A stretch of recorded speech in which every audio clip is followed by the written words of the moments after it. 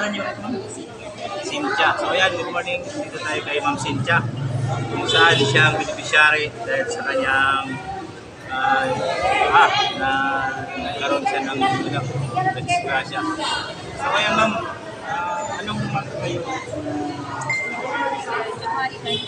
January. Anong nangyari sa mga sino yung ikaw ang binanggit? May lasing lang na nauna. Master Pangs TV!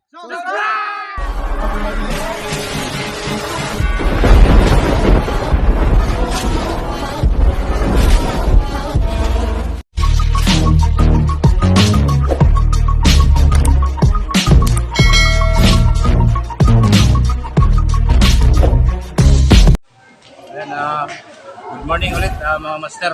So ayan, nandito na naman tayo ngayon sa gaganapin natin charity ngayong araw dahil naimbitahan tayo.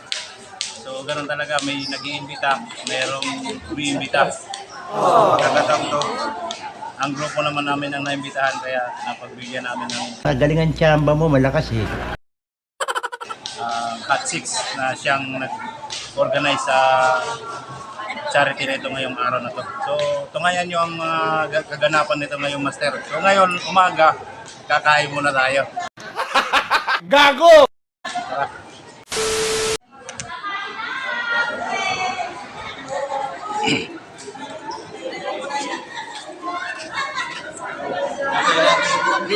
Aun. Shoutout pala kay Master Pang TV. Shoutout. Nakakuha na iya.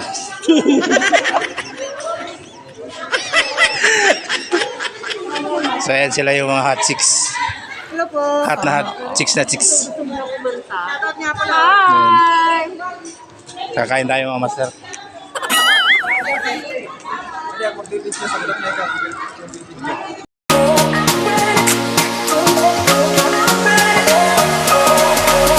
You got to let it go.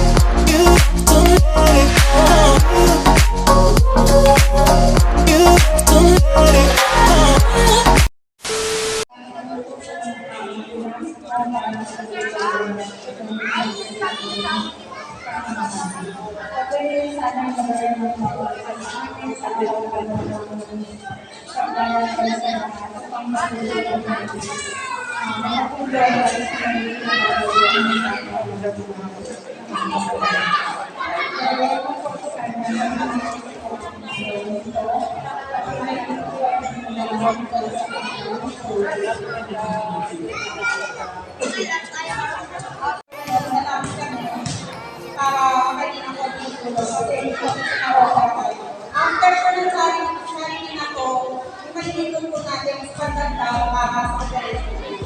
Kaya, ayun po kami kasi cover ko kayo mga namin sa post namin sa GC na sa page namin at saka sa Yellow Card.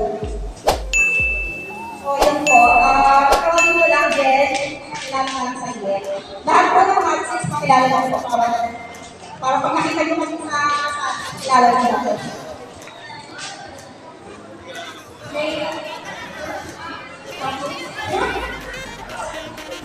Hello, good morning po sa inyo lahat. Kung kamuhin sa election namin. Ako po pala si Sherlock Road. So,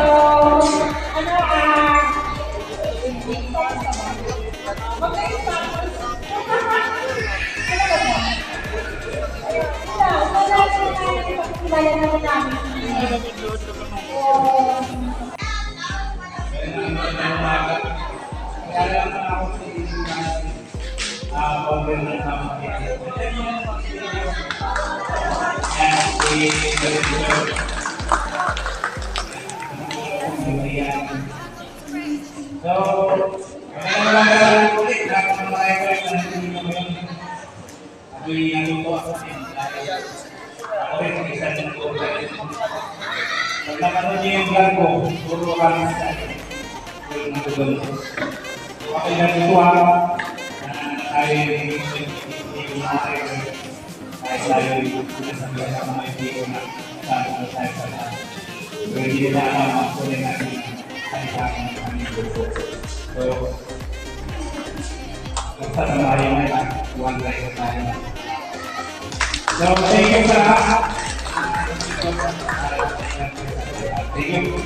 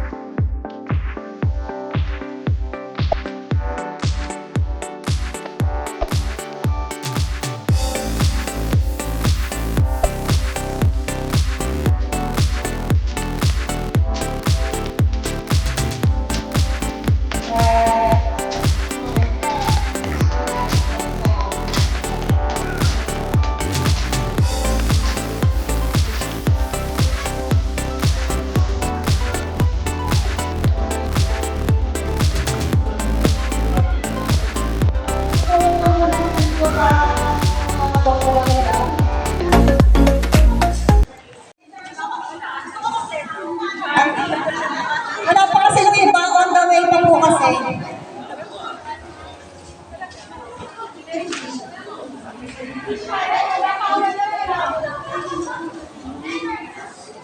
Good morning sa lahat. Unang-una, salamat sa inyo lahat. Dahil natuloy yung event na ito kahit pala sa grupo sa Hot Chicks Manila Riders Club. Salamat dahil kahit busy din kayo, nagawa niyo pa rin ituloy yung event na ito. Kahit ayaw sana. Kaso, nandito na kayo eh, kaya go. Pero thankful ako sa bawat isa sa inyo. Salamat sa lahat ng nag-organize nito. Sa presidente namin, kay Ate Mai, kay Ate May, kay Jello on the Rose, kay Zay, lahat ng pagod sa iyo lahat. Kaya saludo ako sa iyo. Thank you, Be.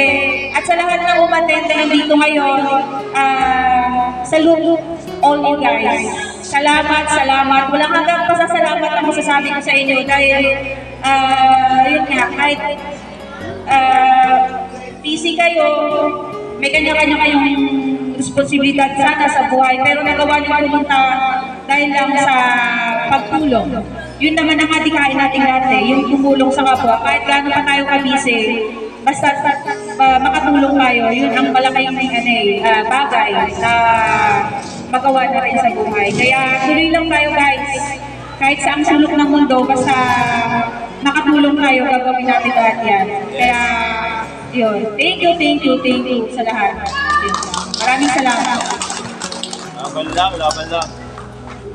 So yun mga master, interviewin natin yung beneficiary kung ano yung naging dahilan, bakit siya nagkaganon sa nagsimula. So dito natin malalaman sa kanya mga master kung ano nga ba talaga ang naging dahilan. So ayun siya, i-interviewin natin siya. So yan, good morning. Paano nyo? Cynthia. So yan, good morning. Dito tayo kay Ma'am Cynthia. Kung saan siya ang beneficiary dahil sa kanyang na nagkaroon siya ng disgrasya. So kaya ma'am, anong month kayo? January. Anong nangyari sa sino yung May lasing lang na nauna sa akin. Tapos, yung sa pagka-aksidente niya, hindi ko masyadong nakita kasi medyo madilim dun sa akin. Ibig sabihin, gabi nangyari, gabi. Gabi nangyari. Tapos, nasend lang siya dun sa center. Parang buyer. Na barrier. Na barrier. Oo. Pag ganyan doon, nag-bounce kasi yung motor. Tapos medyo malakas yung impact. Kasi kapag gano'n mo to dun sa barrier. Sa barrier. Nag-pump pupunta sa'yo. Pasok. Hindi na ako nakapag... Uy, no. Kaya ang ginano ko, talagang ginano ko. Tumba. Kumbaga, ano ko na, kasi hindi na ako nakapag-try. Kasi hindi ko rin masyadong laki siya nakita. Then, putang hindi ko rin nakita na nag-bounce pa nila. Kasi ilaw ng motor na hindi na. Dito yung sa nabotas nangyari ba? Yes na po. Kaya ayun na nangyari. Pagkapagka po sa kanya, ito talaga yung motor niya. Kasi wala hindi pa nila kami yung motor na pagka po sa motor niya. Ayun. Ano na yung usapan niya dun sa Dapat siya ang sasagot. ano yung nangyari? Problema, after ilang days na nangyari yung aksidente, nasa hospital siya. Ay, parehas. Ang Kami sabi- parehas kayo na sa hospital. Hindi ko lang nalaman na siguro late reaction na naramdaman niya pa. Kasi nakakit niya hindi siya agad hindi niya kumbaga wala lang ano lang Hindi siya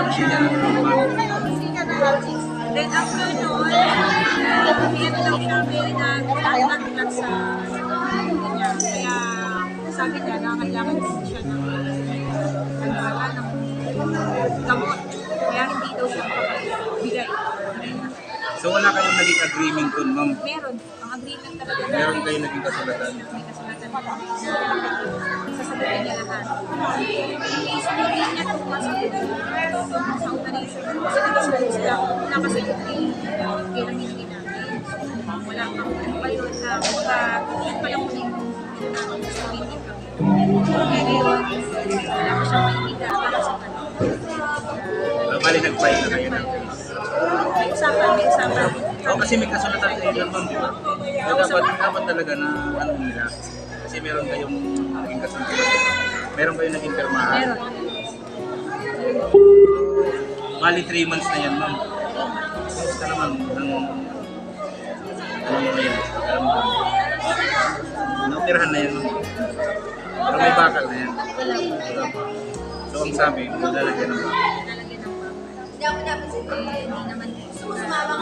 Bali nakabenda lang na yun yan. Kung may ano pa. May ano siya, may papan para hindi siya Para hindi siya magagal.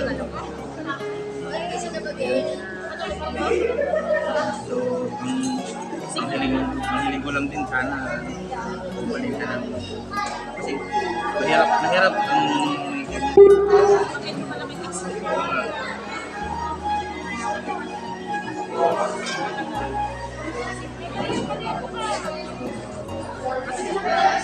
Sobrang nakakailang na kailangan kami ng tulong.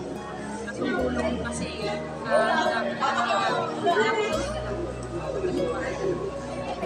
taga dito ka lang. Ito. Taga dito. Bali siya ang nagano dito. Ayan. Thank you very much, ma'am, sa ano, sana maling ka kaagad. Para maka-BI ka. Ayan, mga master, si ma'am ay isa rin siya sa mga nagpupunta sa ganitong ano, hindi natin inaasahan na ngayon siya ang naging beneficiary natin ngayong araw na to. So, ipagdasal na lang din natin si ma'am na gumaling para mabalik siya sa kung ano man ang dati niya pumumuhay nung wala pa siyang ganyan. Bless. Maraming salamat.